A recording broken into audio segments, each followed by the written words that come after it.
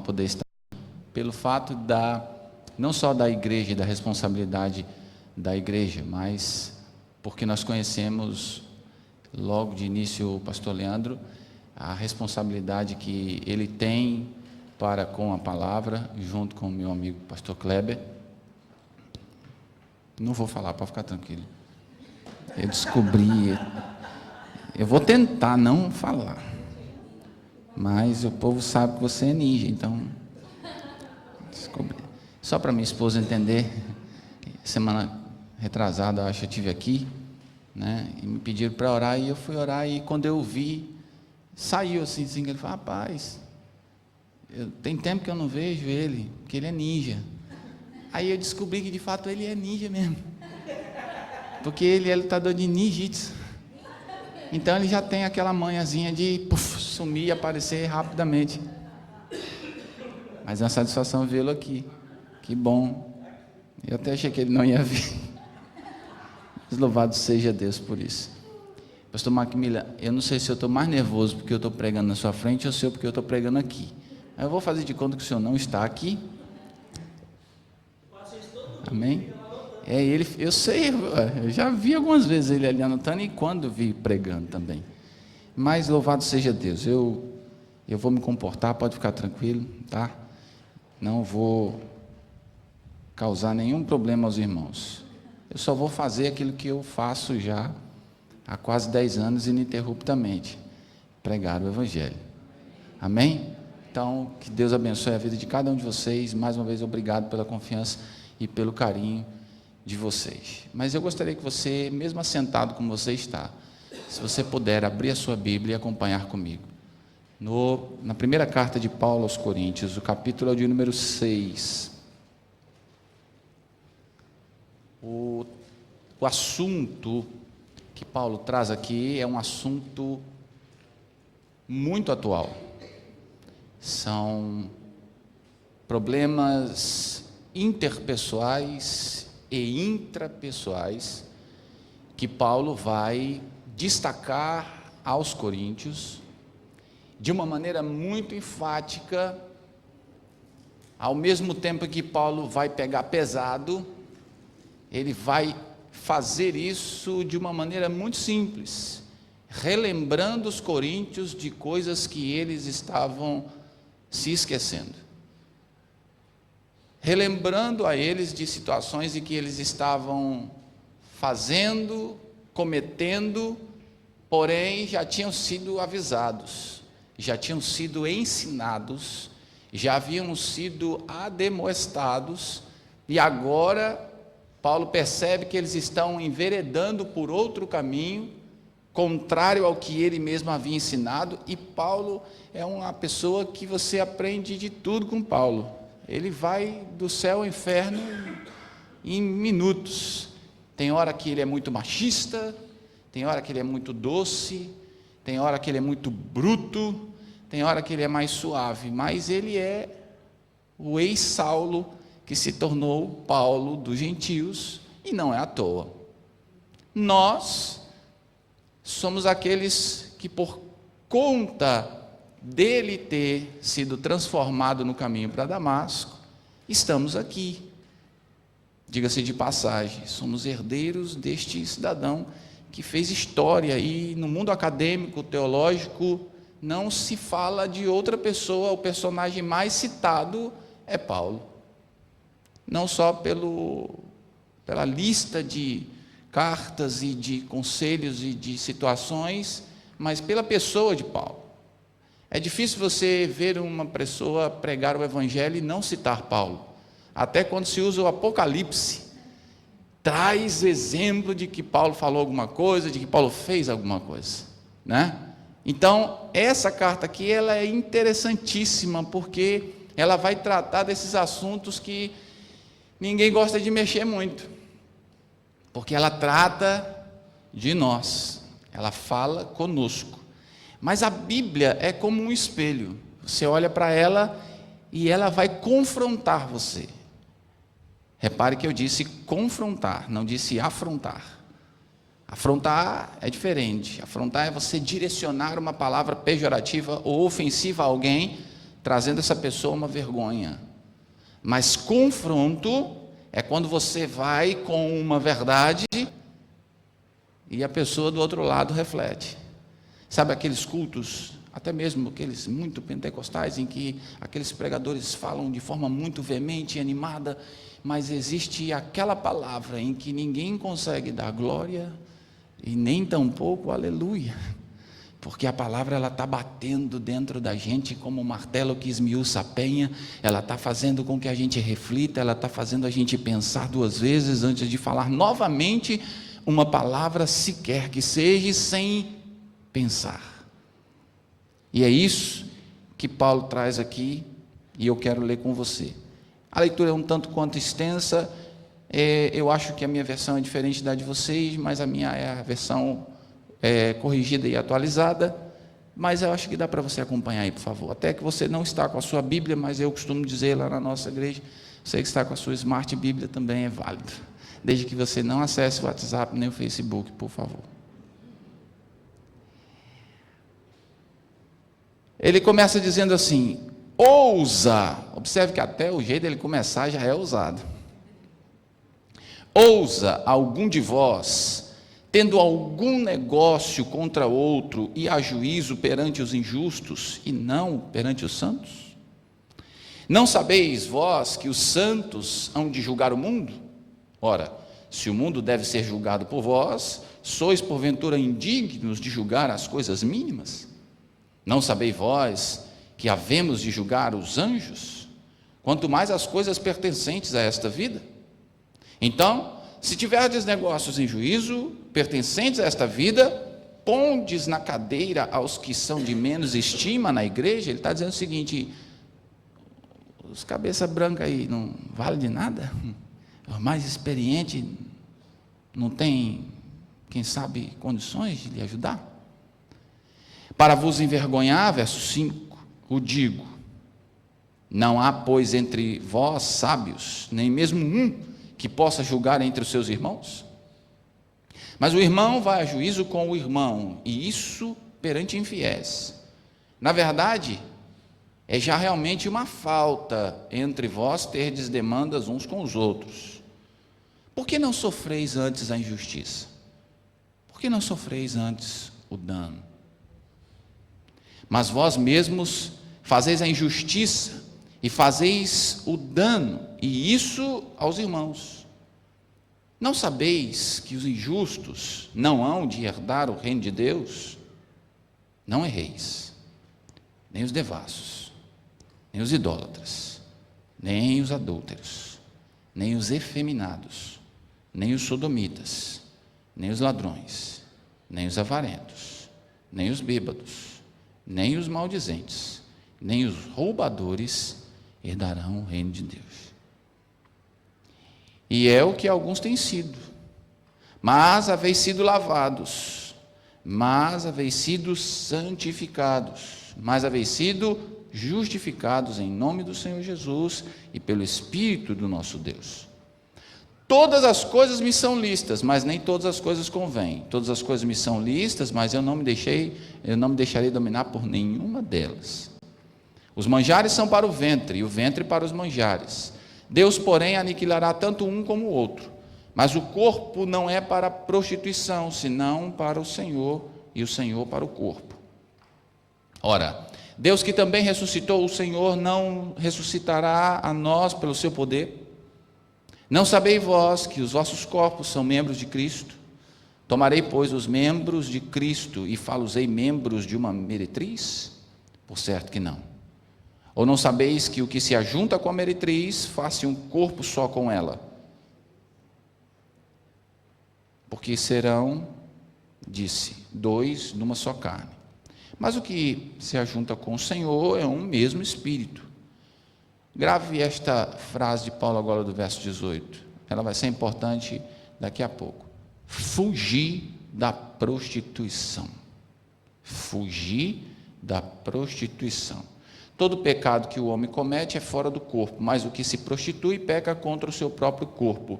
Ou não sabeis que o nosso corpo é o templo do Espírito Santo que habita em vós, proveniente de Deus, e que não sois de vós mesmos, porque fostes comprados por bom preço. Glorificai, pois, a Deus no vosso corpo e no vosso espírito, os quais pertencem a Deus. Amém. Como eu disse, é uma leitura pesada, né?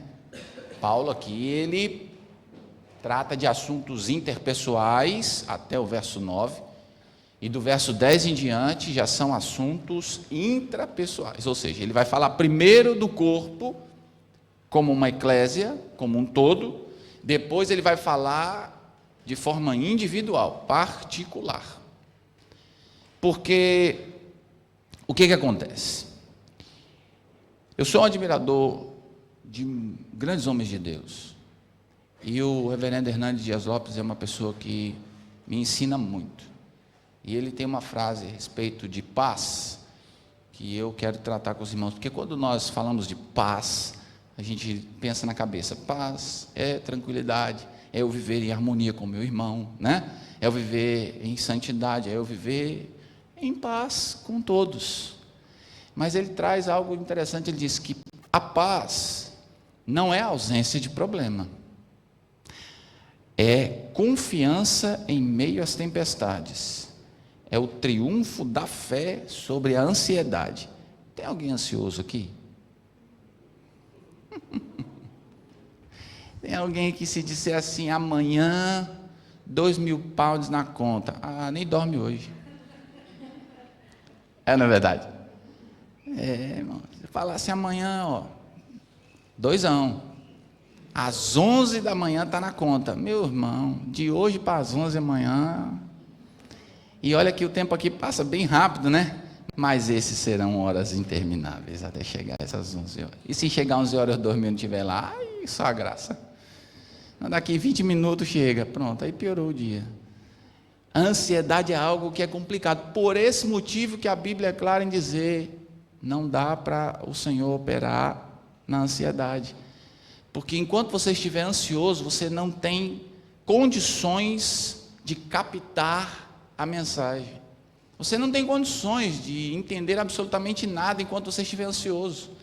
Não tem como ele operar na sua e na minha ansiedade, porque se ele for operar com você ansioso, você vai receber alguma coisa sem entendimento.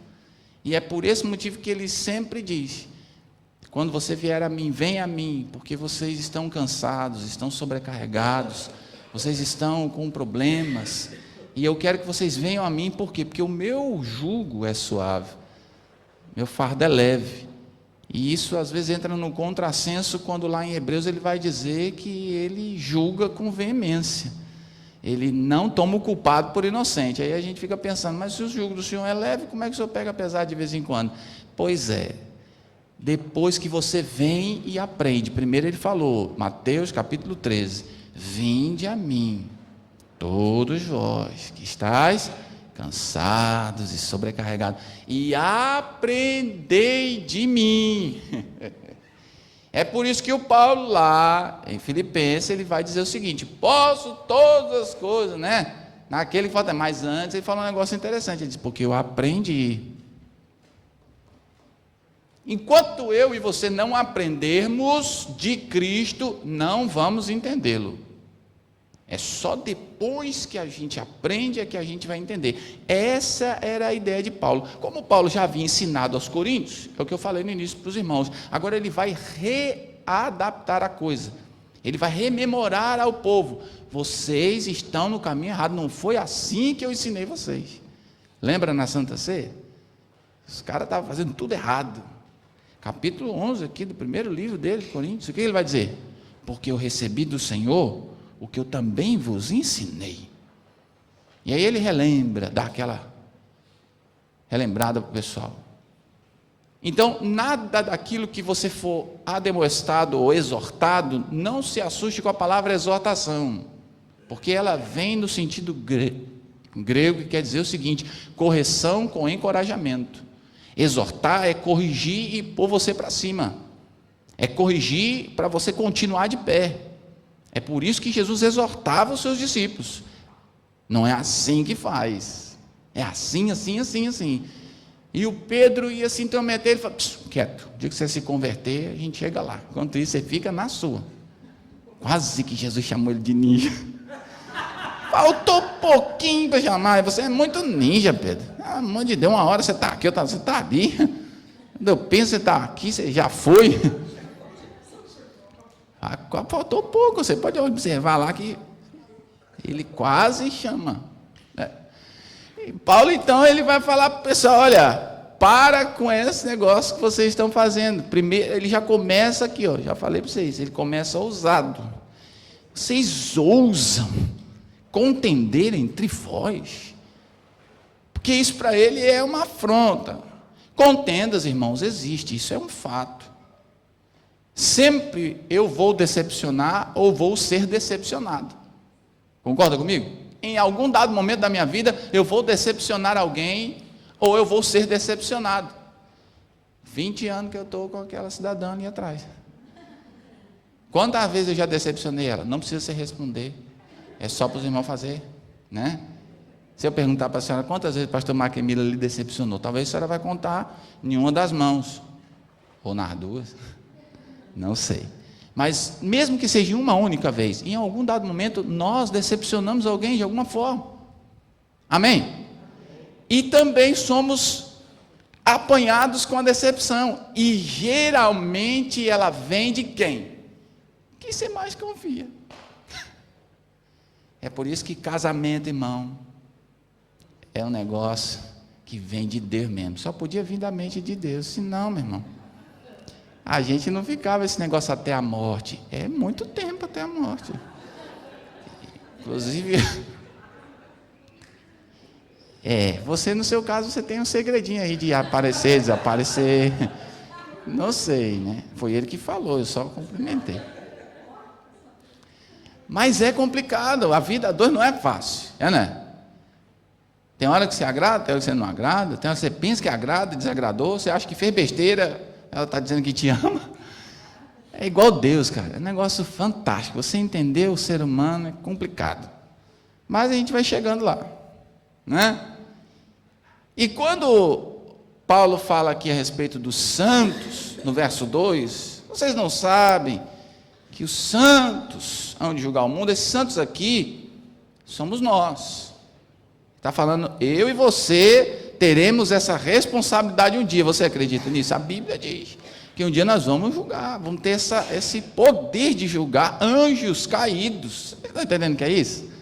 Então, se nós temos a oportunidade, ou teremos a oportunidade de julgar anjos caídos, julgar pessoas caídas, será que a gente não consegue julgar uma causa entre um e outro dentro da nossa própria igreja, do nosso próprio convívio de relacionamento? Não precisa eu levar dessas paredes para fora um problema que é pertinente aqui de dentro. Eu não preciso pegar orientação com o pastor do abençoado poder de Deus lá de fora. É mais forte que eu. Não precisa pegar ideia com ninja nenhum lá fora. Você tem um aqui dentro, pega ele, conversa com ele. Ele é pastor, ele tem sabedoria, ele tem conhecimento, ele tem discernimento. Ali está o pastor Marquemila. Vocês são privilegiados. Eu falei isso aqui na primeira vez que eu vim, vou repetir na frente da minha esposa, que é para não dizer assim, ele falou, mas quero ver falar na frente dela, né? Minha filha, se a gente morasse aqui perto, eu estava aqui dentro na hora. Primeiro porque aqui é tranquilo demais. E ela gosta disso. Olha lá, fica feliz. Né? Só faltou a gente cantar aquele hino do Paulo César Baruch. Calmo, sereno e tranquilo. Dava certinho. Porque é muito lindo. E a palavra, ela flui de uma forma. Eu já tive várias vezes aqui, vi isso. É maravilhoso. Não estou dizendo que é a melhor que tem, mas na boa. É muito gostoso aqui dentro. Então, a gente não precisa levar lá para fora problemas que nós vamos resolver e podemos resolver aqui dentro. E aí agora eu vou ser um pouco mais enfático. Na sua casa, tem você, a sua esposa, os seus filhos. O problema foi lá, não precisa vir para cá, é lá, resolve lá. A não ser que saia da sua competência, extrapole as fronteiras das suas portas, e aí você vai precisar de um auxílio. E ainda assim, Paulo está dizendo, e não tem então ninguém com mais experiência que pode ajudar você. Você tem que pegar ajuda lá de fora. Você tem que procurar, sei lá, um pastor super mega pau abençoado lá do fogo e do poder, para poder falar para você alguma coisa que talvez você tenha a palavra de Deus. A Bíblia é a nossa bússola, é a nossa conduta de regra e de fé, não precisa de outra coisa, tem a palavra, porque a palavra foi colocada para isso, para nos dar direcionamento, amém? Se não der para entender a palavra, então procure aos irmãos que entendem da palavra, certamente você vai ter a sua solução. E observe que nesse texto soa como um estribilho. Eu vejo isso aqui e percebi, tanto que até anotei. 6 vezes Paulo vai mencionar uma coisa aqui, ó. Não sabeis, não sabeis, não sabeis. Ele está dizendo, vocês já foram ensinar. Não é possível. É como se ele olhasse e dissesse assim, de novo? 6 vezes você quer ver? Acompanha comigo aí, verso 2. Não sabeis vós que o santo há de julgar o mundo? Verso 3. Não sabeis vós que havemos de julgar os anjos? Aleluia. Verso 9. Não sabeis que os injustos não herdarão o reino de Deus? Verso 15. Não sabeis vós que os vossos corpos são membros de Cristo? Verso 16. Ou não sabeis vós que o que ajunta com a meretriz faz um só com ela? E no verso 19, não sabeis que o nosso corpo é o templo do Espírito Santo? Não sabeis, não sabeis, não sabeis. É enfático aqui a coisa. É a mesma coisa que o pastor Leandro dizer, irmão, de novo? Vocês não sabem disso? Já não foram ensinados? E é claro que isso causa um certo dissabor, tanto para quem fala, quanto para quem ouve, mas é pior ainda, acredite, eu falo por experiência, é pior para quem fala, porque às vezes a gente acredita que está machucando, está pisando, está ofendendo, está passando dos limites da fronteira, mas é nossa obrigação.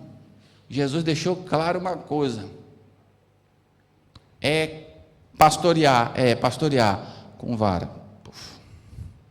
a tua vara e o teu cajado machuca, dói, consola. Uma pancada de vez em quando consola. Amém? Então nós precisamos ter isso como ideia. E aqui eu quero entrar com você rapidamente, ainda nos minutos que me sobram. 4 soluções aqui nesse texto sugeridas por Paulo para resolver esse problema interpessoal, porque eu ainda preciso falar do intrapessoal. Então, a primeira solução que Paulo apresenta está no verso 7 e no verso 8. Olha lá. Na verdade, é já realmente uma falta entre vós ter de demanda uns contra os outros. Ele está dizendo o seguinte, só de existir a demanda já é problema. Não devia ter. Mas já que existe, tem solução. Resolva com o pessoal da igreja. Resolva com o pessoal da sua casa. É lá no seu trabalho? Resolva lá no seu trabalho. Tem gente que traz solução do problema, como se a gente já não tivesse bocado, né? Pastor, o que foi? Estou com um problema. Aonde? Lá no meu trabalho. Meu amigo me chamou de feio e eu estou muito triste. Às vezes ele até tem razão. E você está achando que ele está faltando com a verdade. Mas é um problema. Lá tem uma gerência, quem sabe o dono da empresa, alguém que possa solucionar o problema.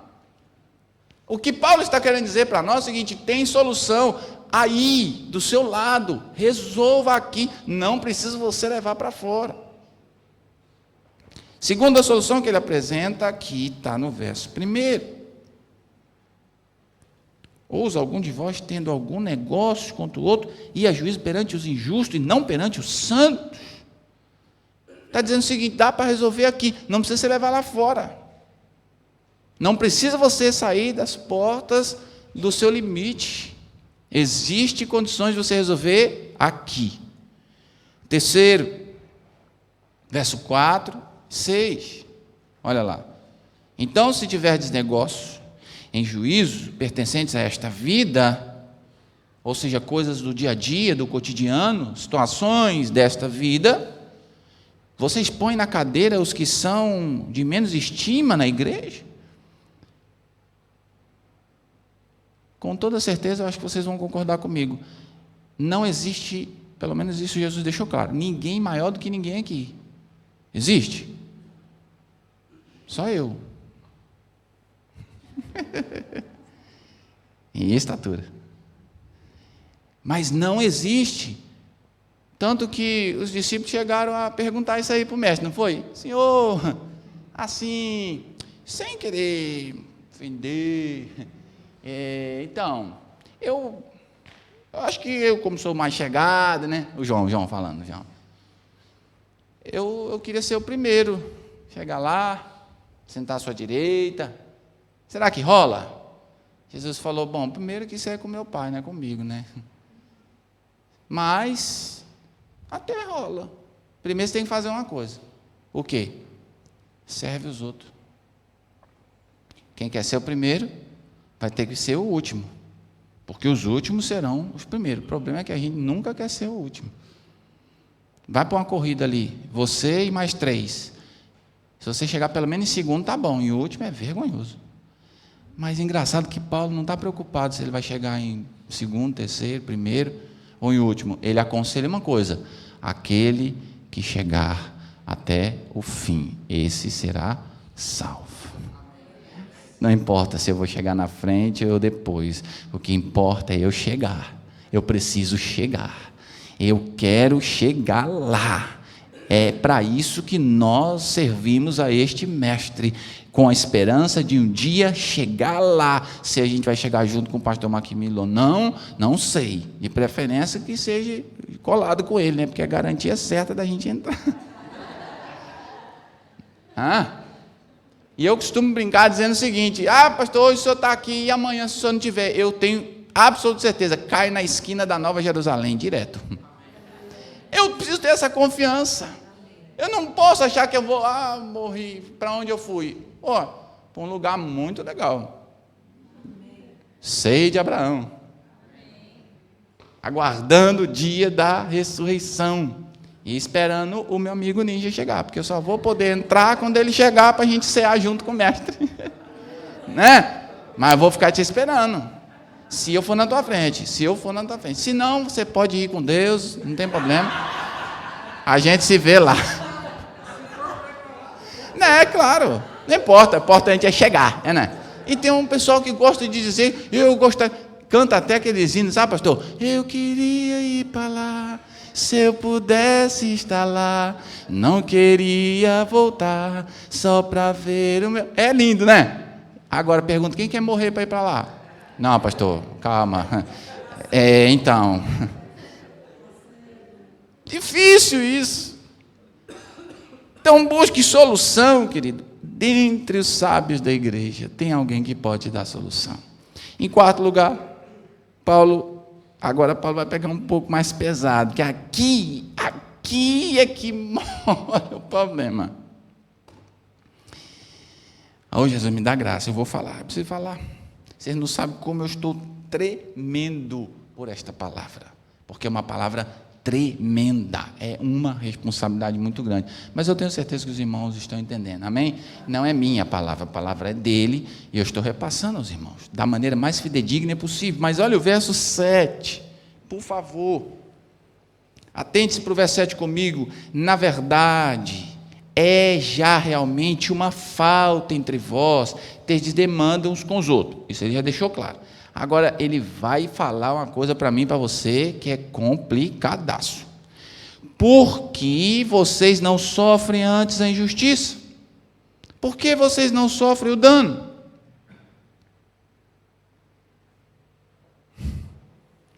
Cuidado com o que você chama de seu direito. Não, é porque ele ofendeu o meu direito. Não, ele passou do limite. Cuidado com o que você chama de direito, porque para Jesus o importante não é a sua reação a uma afronta ou a um problema.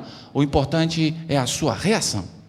É como você vai reagir a alguém afrontar você principalmente ofendendo o seu direito, o seu ego, o seu caráter.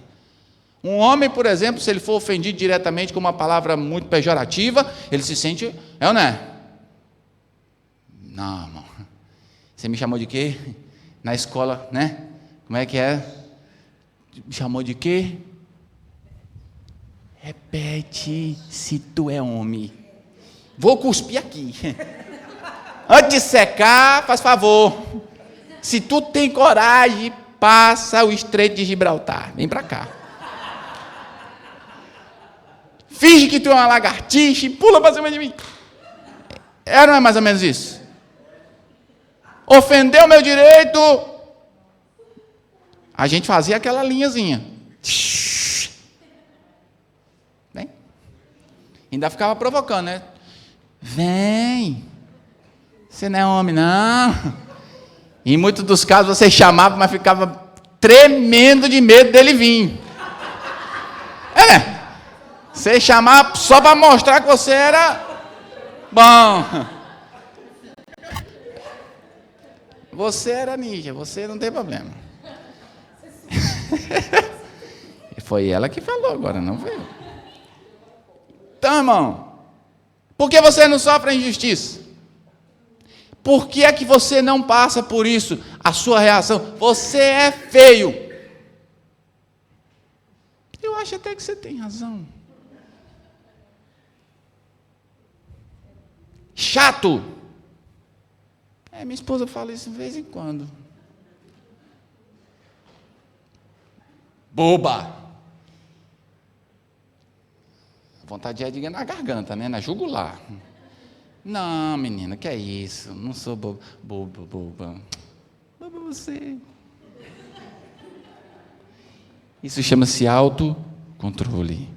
É como você vai reagir às adversidades, à afronta. É isso que Jesus está preocupado. Porque, irmão, presta atenção. O homem é santo. Cura. Liberta o povo judeu da escravidão. Faz e acontece. Chega um soldado, mequetrefe, sei lá qual é o nome daquela imundiça, senta a mão na cara do Eterno de Israel. Se tu tivesse do lado, o Pedro já tinha pulado para cima, que, ao contrário de você que é ninja, o Pedro era zorro. Puxava da espada e dava de cortar a orelha dos outros, e tinha esse negócio. Né? Mas veja, irmão, qual seria a sua reação? E Jesus disse o que para ele? Amigo, eu acho que o que dói mais é Jesus ter chamado de amigo. Amigo, o que foi que eu te fiz? Aquilo ali quebrou aquele cara. Eu tenho certeza que ele saiu de lá, não sei o paradeiro dele, a Bíblia não fala para onde ele foi, mas eu tenho certeza que ele deve ter ido chorar muito. Olha o Judas, traidorzaço. Chegou para dar aquele beijo da traição, aquele verdadeiro X9. Chegou para Jesus, pertinho, Jesus olhou para ele, amigo, aqui vieste. Era para dizer, eu vim aqui pedir perdão para o Senhor. Eu sou um miserável, eu vendi o Senhor, eu tenho que... Arrumava outro para ser traidor, não precisava ser ele. Mas ele não teve essa coragem de assumir o erro. É tão bom quando você tem a humildade de dizer, foi eu, pastor. Eu que errei, eu que pequei. O problema foi meu, eu que chamei ele de feio e ele não gostou, e é comigo. Por que vocês não querem assumir o dano? É engraçado que Isaías, capítulo 43, se não me falha a memória, o povo está lá reclamando, murmurando, e aí o povo vai dizer, o Senhor perverteu o meu direito, ou melhor, o Senhor é injusto. Alguém será que algum dia já disse isso para Deus? Não precisa responder não, fica para você. Deus, que injustiça, né? Quando eu digo que eu fui injustiçado no meio jurídico, ao qual eu trabalhei há alguns anos, você automaticamente está dizendo o seguinte, eu tenho o meu direito violado. Se eu fui injustiçado é porque o meu direito foi violado, então eu tenho direito de alguma coisa. Irmão, você foi injusto comigo, automaticamente estou dizendo, eu tenho direito de alguma coisa. Sim ou não? Mas diante do Deus Todo-Poderoso, você dizer que foi injustiçado, cá para nós, irmão, é muita petulância, não é verdade? Mas tem uma galera que gosta de dizer: Senhor, isso é uma injustiça. E desde quando temos algum direito diante de Deus? Por isso que eu digo, vamos rever os nossos direitos. Amém? Aqui a gente faz uma autoavaliação, convicções a respeito do futuro, verso 9 e 10. Não sabeis que os injustos hão de herdar o reino de Deus?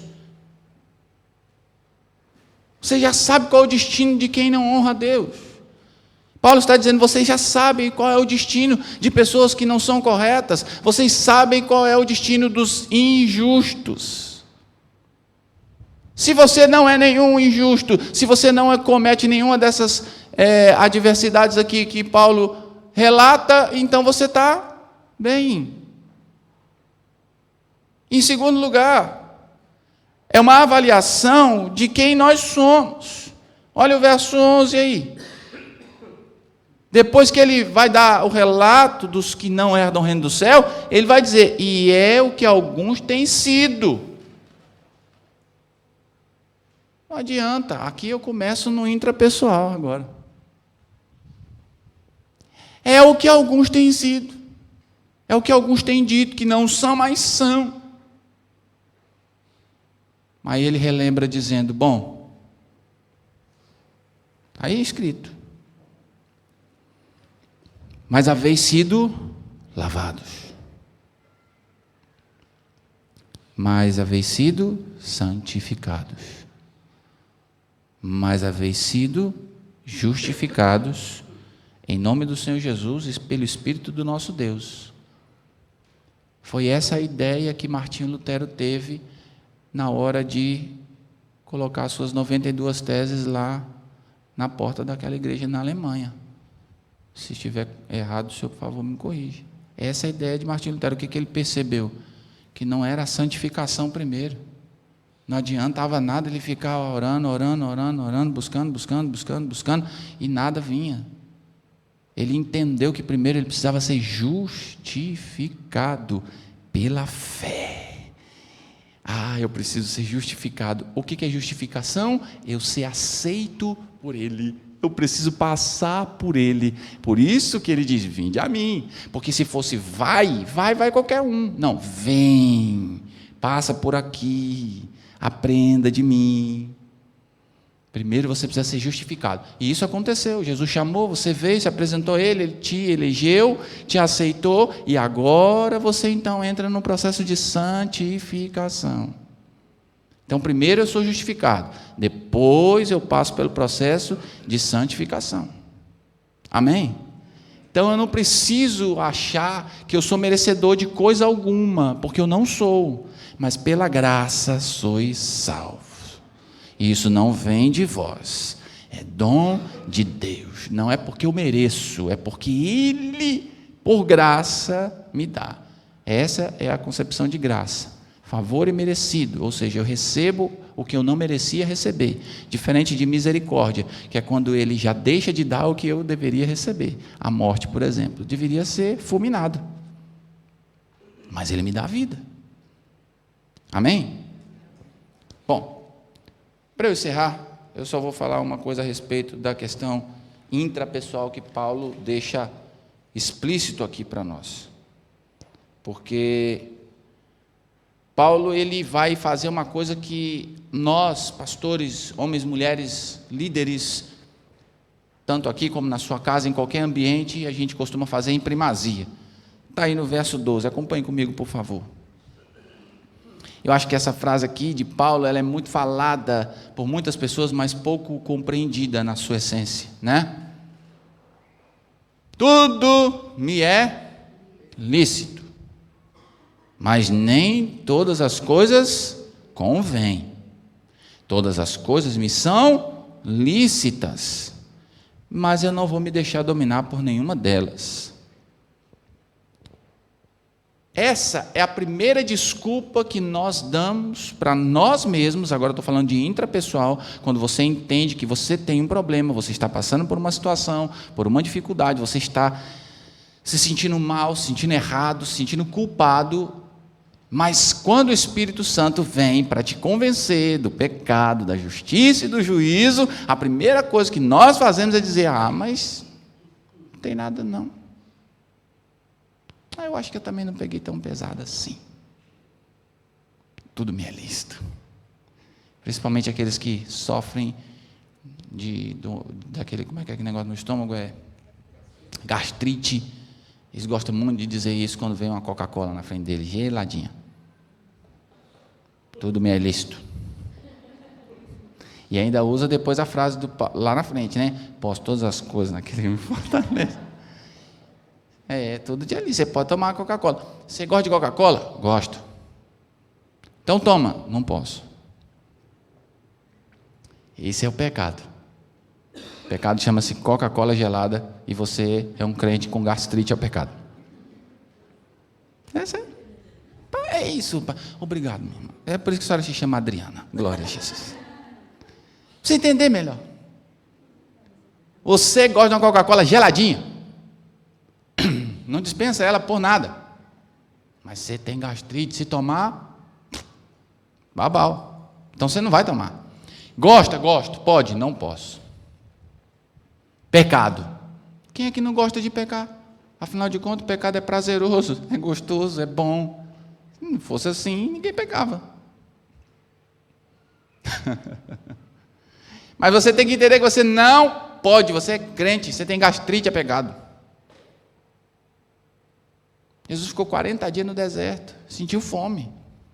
E o ousado do diabo ainda olhou para ele e falou: pega essas pedras aí e transforma em pão, mata a tua fome. Ele falou: você não sabe de nada, né? E só de pão vai viver o homem, rapaz. Mas de toda a palavra que sai da boca de Deus. Eu quero só fazer um parênteses aqui, irmãos. O Evangelho não foi deixado por Jesus para ser posto numa mesa ou numa roda de negociações para ser negociado. Amém? O Evangelho não foi colocado para ser negociado. O Evangelho foi deixado por Jesus para ser pregado a quem quer que seja, em qualquer lugar, a qualquer nação, a qualquer povo, em qualquer raça, em qualquer momento, em qualquer lugar. Doa quem doer, queira quem queira ouvir ou não. A minha obrigação, disse Paulo, é pregar o Evangelho. E ai de mim se eu não fizer. Então, se ai de Paulo, ai de mim, do pastor Maquimilho, do Leandro, até do Ninja. É com todo respeito. Mas não consigo, não resisto. É mais forte que eu. O pastor Leandro fica me olhando e fala: vai.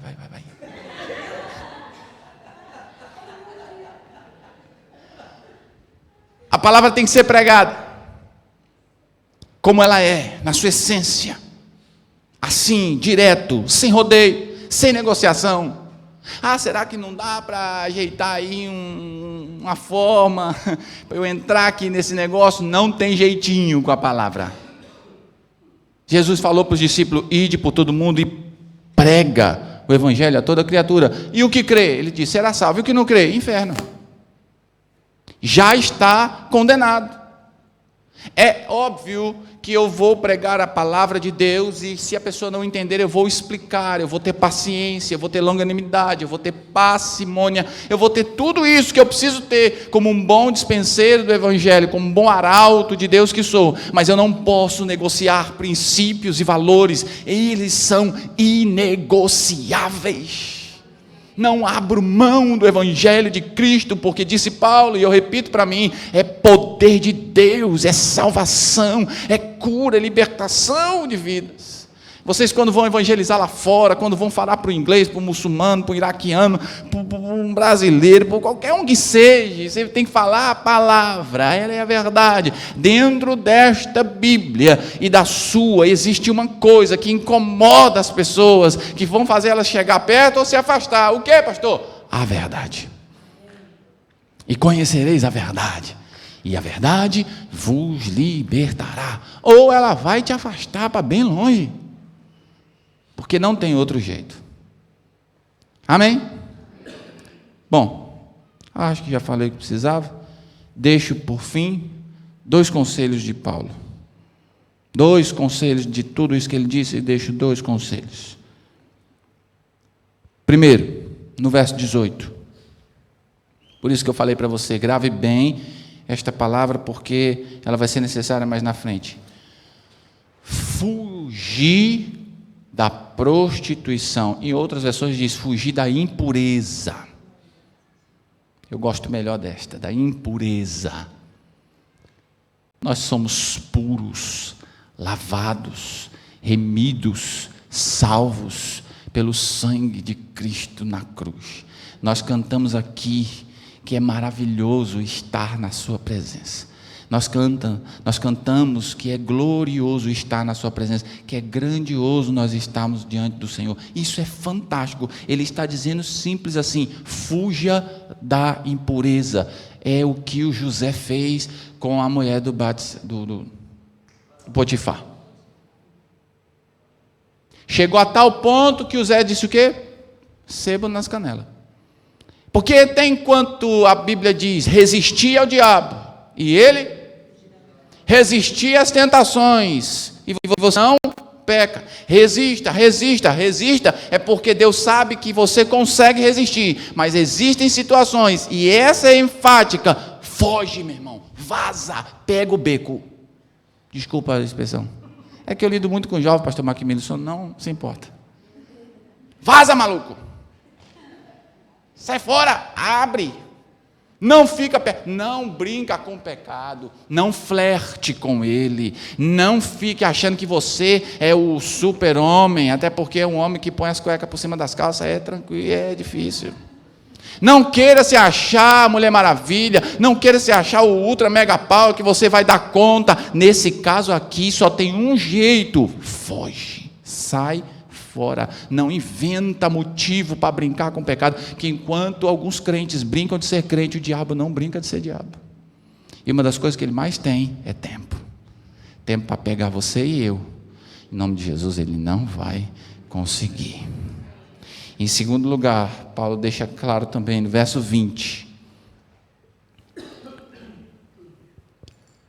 deixa dois conselhos. Primeiro, foge da impureza, não dá mole para o pecado.